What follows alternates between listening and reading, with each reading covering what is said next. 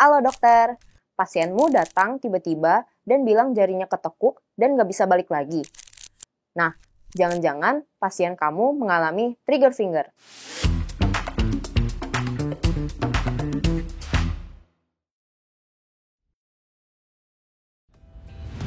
Nah, untuk mengetahui kenapa kok jari pasien bisa begitu, kita mesti paham fisiologi di balik pergerakan jari.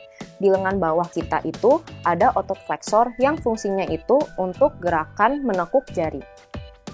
Saat otot-otot flexor ini berkontraksi, mereka menarik tendon flexor. Nah, tendon-tendon ini kan berjalan melalui serangkaian selubung tendon dan katrol atau puli. Jadi, waktu kontraksi otot, tendon tertarik, terdapat daya hentak yang menyebabkan jari dapat menekuk. Kalau terjadi trigger finger atau stenosing tenosinovitis, selubung tendon ini tuh radang dan bengkak, atau memang misal di tendon flexor itu ada nodul, jadinya tendon itu nggak bisa bergerak atau dia stuck. Makanya jari pasien jadi ketekuk dan nggak bisa balik lagi. Atau malah jari nggak bisa nekuk. Ya istilahnya kayak terkunci. Nah, kenapa bisa terkunci? Dimulai dari gerakan repetitif sehingga terjadilah mikrotrauma. Mikrotrauma ini yang kemudian bikin radang dan penyempitan pada selubung tendon. Nah, kalau sudah begini, terdapat beberapa pilihan terapi. Dokter bisa memberikan injeksi steroid pada selubung tendon terlebih dahulu untuk mengurangi radang pada selubung tendon.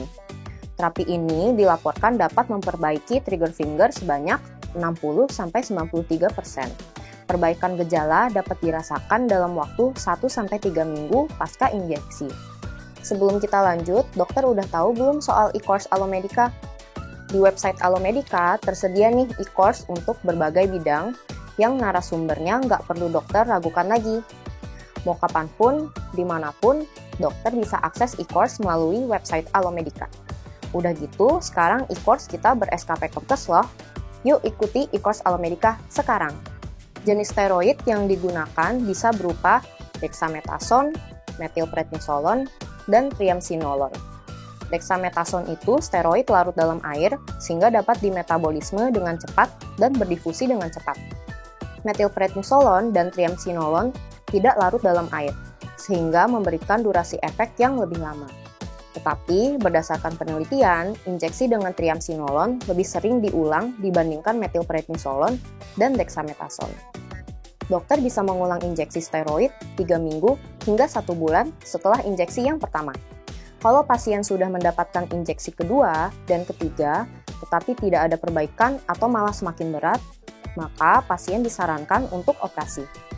Pada fase ini, jangan lagi memberikan injeksi steroid karena injeksi yang berulang meningkatkan risiko ruptur tendon. Perlu diketahui juga, efikasi injeksi steroid itu menurun dengan seiringnya pengulangan injeksi loh. Nah, kalau dokter ketemu pasien dengan keluhan trigger finger, dokter bisa memberikan injeksi steroid terlebih dahulu ya. Namun, dokter harus memperhatikan risiko dari penyuntikan steroid yang repetitif juga. Like dan share video ini ke teman-teman dokter.